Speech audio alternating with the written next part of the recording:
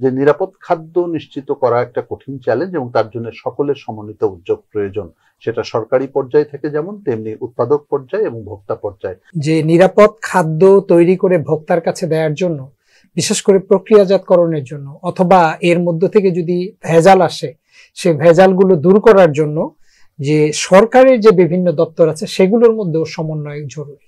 আমরা সরকারের দপ্তরের কাছে সমন্বয় তাদের মাঝে সমন্বয় বিষয়টিতে আসবো, কিন্তু আমি একটু উদ্যোক্তা পর্যায়ের জায়গাটাতে একটু থাকতে চাই। নিরাপদ পণ্য তৈরি হয় এটা কোন কারণে বলতেছি, যেহেতু আমাদের মেল বিটে আছে, আমরা নিজেরাই আমরা উদ্যোগের মাধ্যম দিয়ে আমরা বিভিন্ন পণ্য তৈরি করতেছি। আমাদের প্রচুর কষ্ট, এই নিরাপদ খাদ্য কিভাবে পরিষ্কার করে ধোয়া লাগবে। নিরাপদ কৃষি, নিরাপদ খাদ্য। প্রিয় দর্শক শ্রোতা, কৃষি, খাদ্য ও পুষ্টি বিষয়ক অনুষ্ঠান দেখবেন প্রতি শুক্র ও শনিবার শুধুমাত্র রাজধানী টিভির পর্দায়। এছাড়াও রাজধানী টিভির ফেসবুক পেজ ও ইউটিউব চ্যানেলেও দেখতে পারবেন।